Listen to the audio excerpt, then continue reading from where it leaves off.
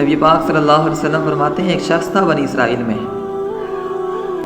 بڑا مالدار تھا، پھر اس پر غربت آ گئی۔ جب غربت آئی تو رو پڑا، کہنے لگا اے اللہ میں غریب ہو گیا ہوں، میری مدد فرما، میں نے بڑی نافرمانی کی ہے تیری۔ مالدار تھا جب تو بڑی موج کی ہے، یا اللہ میں نے بڑی نافرمانی کی ہے، اب نہیں کروں گا، مجھے اس غربت سے نکال۔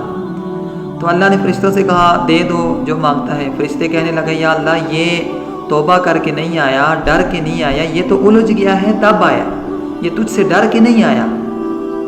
وہ لوگ اللہ سے نہیں ڈرتے جتنا غربتوں سے ڈرتے ہیں مال اللہ۔ یا اللہ یہ الجھ گیا تب آیا۔ اللہ نے فرمایا پتہ ہے مجھے، لیکن آ تو گیا ہے نا، چلو دے دو۔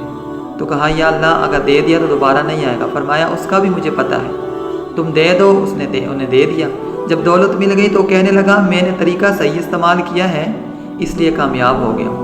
تو پھر کچھ وقت گزرا، پھر الجھ گیا، پھر قرضہ چڑھ گیا، پھر سارے حالات خراب ہو گئے۔ کہنے لگا یا اللہ اب نہیں کرتا، اب معاف کر دے۔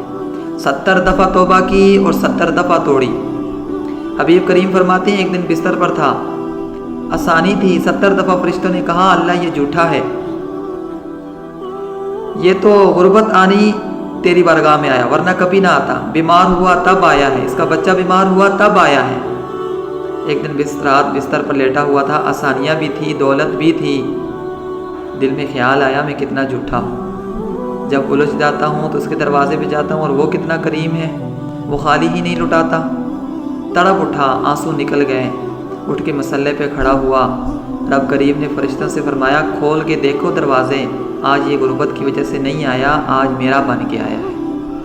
تو اللہ پہلے تو دولت دیتا تھا، آج کیا دے گا؟ تو محبوب فرماتے ہیں اللہ فرماتا ہے اب میں اس کے بغیر حساب کتاب جنت عطا فرما دوں گا۔